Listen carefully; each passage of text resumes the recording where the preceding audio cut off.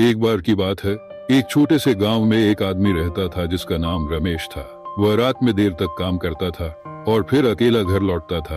एक रात जब वह काम खत्म करके घर लौट रहा था तो उसने रास्ते में एक बूढ़ी औरत को देखा। वह सफेद साड़ी पहने हुए थी और बहुत कमजोर लग रही थी। रमेश ने सोचा कि वह बूढ़ी औरत गांव की ही होगी और मदद के लिए रुक गया। उसने पूछा, माँ जी, आप इतनी रात को यहाँ क्या कर रही है?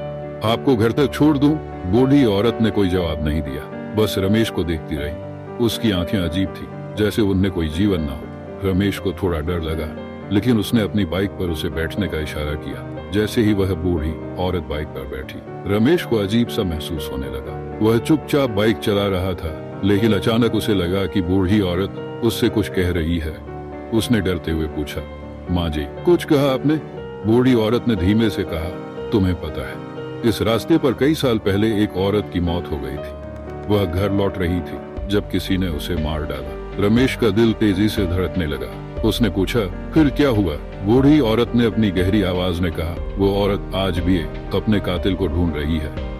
रमेश ने जैसे ही ये सुना, उसने पीछे मुड़कर देखा। बूढ़ी औरत की आंखें अब लाल हो चुकी थी और उसके चेहरे पर एक भयानक मुस्कान थी। रमेश की चीख निकल गई और उसने बाइक की रफ्तार तेज कर दी। वह जितनी तेजी से भाग सकता था भागा। जब वह अपने गांव पहुंचा तो उसने पीछे मुड़कर देखा। बूढ़ी औरत गायब हो चुकी थी, लेकिन उसकी हंसी अभी भी रमेश के कानों में गूंज रही थी। उस रात के बाद रमेश ने कभी उस रास्ते पर अकेले रात में यात्रा नहीं की। कहते हैं कि आज भी वह बूढ़ी औरत उस रास्ते पर भटकती रहती है, अपने अगले शिकार की तलाश में।